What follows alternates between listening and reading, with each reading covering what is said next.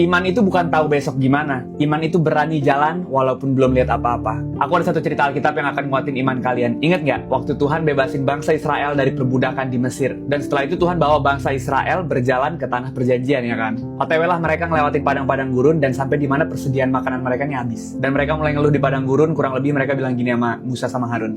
Lebih baik kita mati dari Mesir daripada mati kelaparan di padang gurun. Bro ini udah mulai nggak bersyukur, guys. Tapi kita lihat apa yang Tuhan lakuin.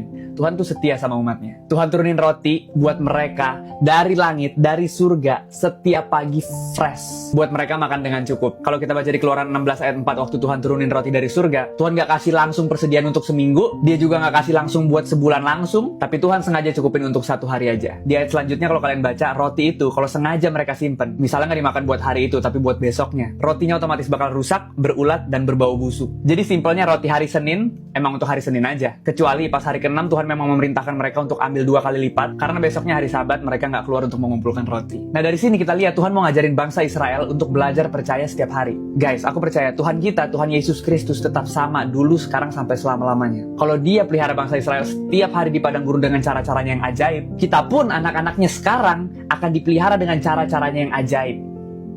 Teman-teman yang nonton sekarang mungkin lagi nggak punya pekerjaan, lagi nggak tahu gimana cara mencukupi kehidupan ke depan, lagi nggak tahu besok mau makan apa, atau bahkan malam ini pun nggak ada makanan karena nggak punya uang. Kalian udah lakuin yang terbaik, udah kerja bagaimana rupa, tapi sekarang nih duitnya nggak ada. Mau bagaimana? Kalian masuk kamar, berdoa, minta sama Tuhan Yesus. Dan percaya kalau Tuhan akan cukupkan kebutuhanmu. Nggak cuma berbicara tentang makanan, tapi kebutuhanmu. Nanti kalian akan lihat hal-hal ajaib yang terjadi di luar dari logika manusia. Yang kalian nggak sangka-sangka pertolongan ini datangnya dari mana. Dan itu adalah tanda penyertaan Tuhan yang melampaui batas kemampuan kita. Seperti roti yang turun dari surga untuk bangsa Israel setiap hari. Manusia mana yang bisa ngelakuin itu, guys?